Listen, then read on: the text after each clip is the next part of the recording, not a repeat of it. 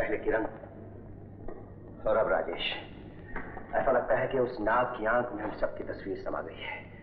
न जाने अब हम में से किसकी बारी होगी। मुझे ये कहानी तुमने शुरू की है, जाने इसका अंजाम क्या होगा। मैं तो सिर्फ ये कहूंगा, उस नागिन के वार से बचने के लिए हमें कुछ न कुछ करना चाहिए। लेकिन हम कर भी क्या सकते हैं?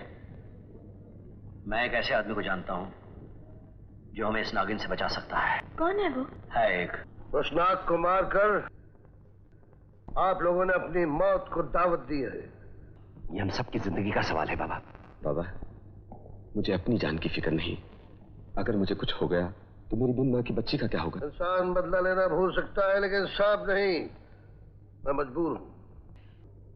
बाबा, हमें निराश न लौटाइए। आपके मंत्रों में तो बड़ी शक्ति है। और अगर आपका आशीर्वाद मिल जाए तो उस नागिन की क्या मजाल है? इंसानी जिंदगी बचाना दुनिया में सबसे बड़ा पुण्य है बाबा, दुनिया में सबसे बड़ा पुण्य।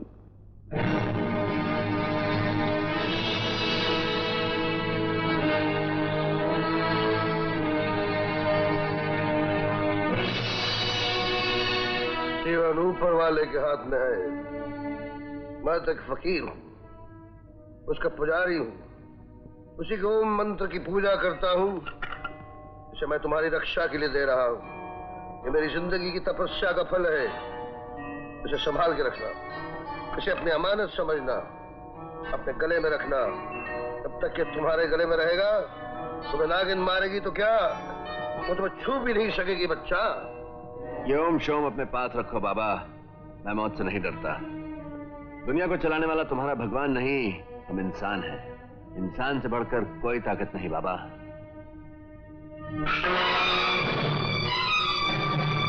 इंसान ही अगर सबसे बड़ी ताकत है तो ऊपर जाने वाले दो दोस्तों को रोक क्यों नहीं सके? तुम दुनिया के पहले और आखिरी नास्तिक नहीं, और नास्तिक को आस्तिक बनाना ऊपर वाले का बाएं हाथ का खेल है। ये जंतर मंतर, ये चमत्कार की बातें उनको समझाना जिनके दिमाग के दरवाजे नागिन के डर से बंद हो चुके हैं। मैं तो सिर्फ आंखों देखी बात मानता हूं। तो ठीक है। जय महाकाली।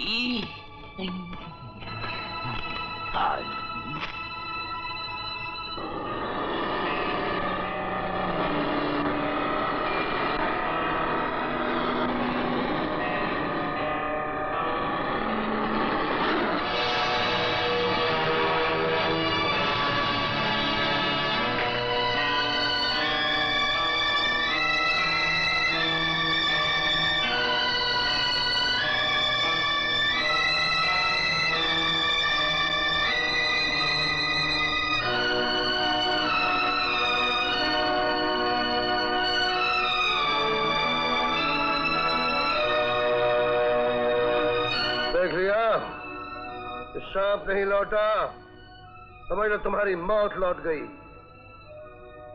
आस्तिक बाबा, अब तो मान गए कि ऊपर वाला है तो मुझसे बड़ा है, तुमसे बड़ा है, और हम सबसे बड़ा है।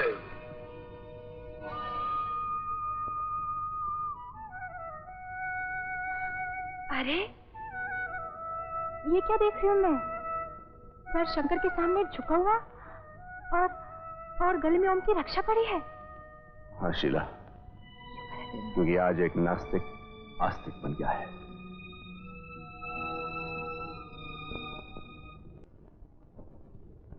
मुझे अब मालूम हुआ है मैंने इतनी देर तुमसे कितना बड़ा अन्याय किया है शीला।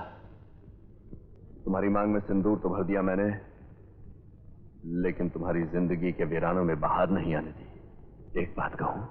कहिए। मैं चाहता हूं शीला कि आज तुम वही सुहाग का जोड़ा पहनो और हम दो कैदी फिर से दो साथी बन जाएं। कहो मंजूर है? ये तो ऐसे हुआ जैसे चांद अमावस की रात से पूछे, तुम्हें चांदनी रात बनना मंजूर है?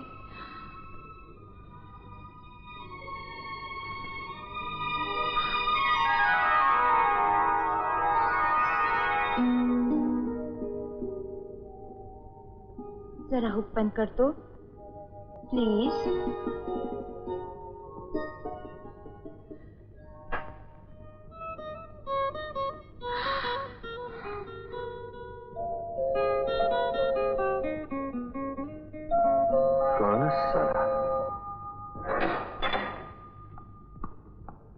आपका तार। किसका तार है? तुम्हारे घर से। तुम्हारा भाई बहुत बीमार है। कैलाश भैया, मुझे अभी जाना होगा।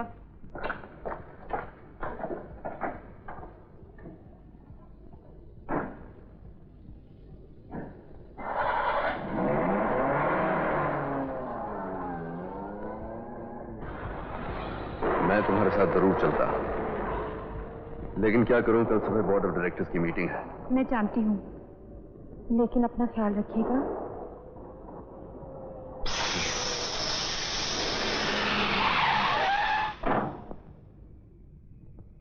गाड़ी को भी इस वक्त पंक्चर होना था।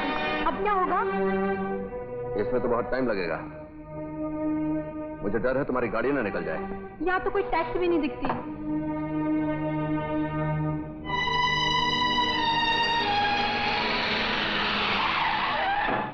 अरे विजय भैया, फिर गाड़ी पंक्चर। तुम्हें कई बार कहा ये टायर बदल दो, लेकिन तुम नहीं मानोगे। वो तो कल कर लेंगे यार, लेकिन आज शीला को स्टेशन से गाड़ी पकड़नी है। भाभी को तो मैं छोड़ दूंगा, लेकिन भाभी ये अचानक। भैया बहुत सख्त बीमार हैं। जल्दी करो, 10 बज चुके हैं। चलिए।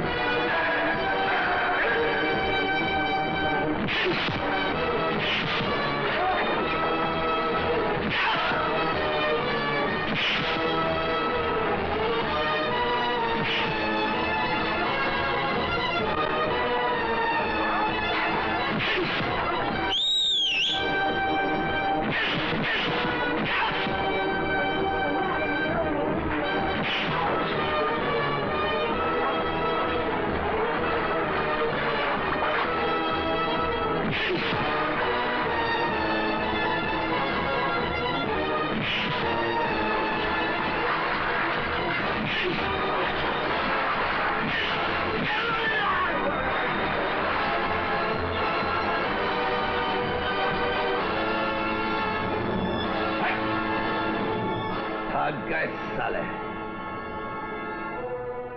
आओ मैं तुम्हें पहुंचा देता हूं। नहीं, मैं वहां नहीं जाना चाहती। कल सवेरे गाड़ी मिलेगी, गांव वापस चले जाऊंगी। बीच में सिर्फ एक रात की बात है, वो भी किसी तरह गुजर ही जाएगी। लेकिन अगर वो गुंडे फिर से आ गए तो? उसी बात का तो डर है। आओ मेरे साथ, तुम्हें रात इस तरह रास्ते पर गुजारने की कोई जरूरत नहीं। आओ।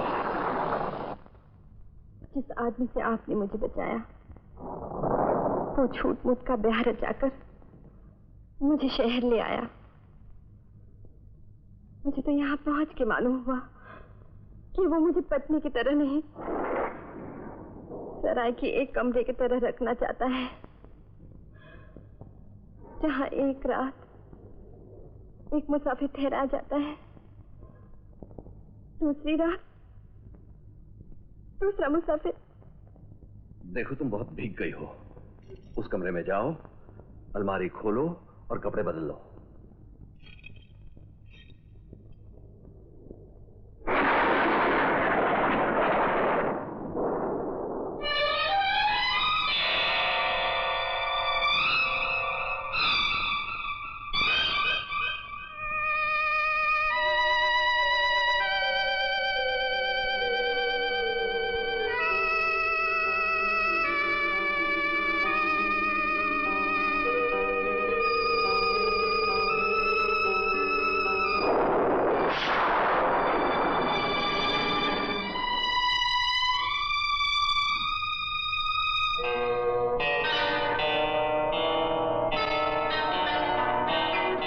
होता है आपको सर्दी लग गई है। ऐतराज ना हो तो थोड़ी सी ब्रांडी ले आऊं, दवाई समझकर पी लीजिए।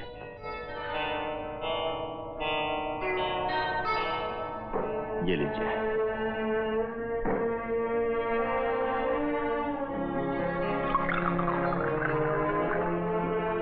दूसरे ग्लास की क्या जरूरत है?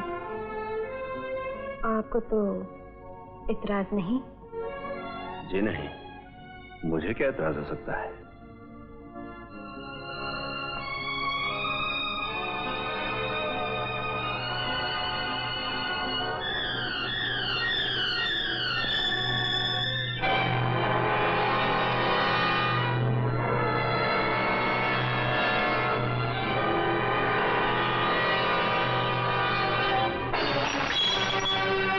क्या बदतमीजी है ये?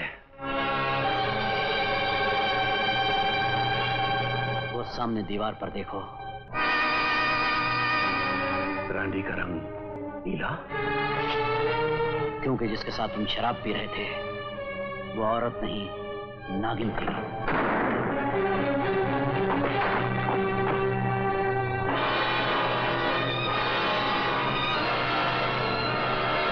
वो देखो,